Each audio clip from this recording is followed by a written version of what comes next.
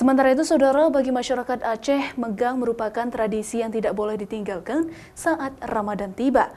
Untuk menyambut datangnya bulan puasa, warga beramai-ramai memadati tempat penjualan daging megang untuk berburu daging yang akan disantap bersama dengan keluarga. Seperti yang terlihat di pasar daging megang yang ada di sepanjang jalan Teguh Iskandar, Banda Aceh.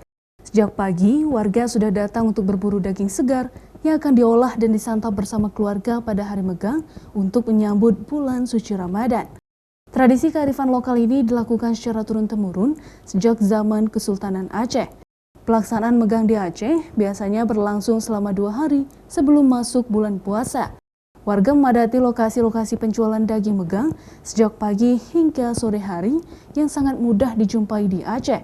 Sementara itu, karena sudah menjadi tradisi dan kebiasaan masyarakat Aceh, membeli daging megang seakan wajib dilakukan walaupun hanya sedikit.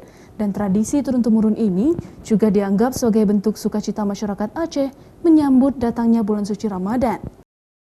Tradisi megang ini kan sebuah tradisi sangat penting dijaga oleh seluruh masyarakat Aceh ya.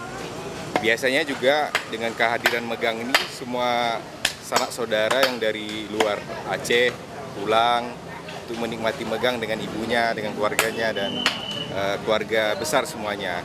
Jadi hingga hari ini tentu tradisi megang ini perlu dijaga bersama-sama menjadi momentum silaturahmi dan untuk meningkatkan hubungan keakraban sama keluarga.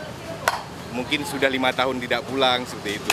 Warga berburu daging megang di Aceh setiap menjelang puasa, Idul Fitri, dan juga Idul Adha.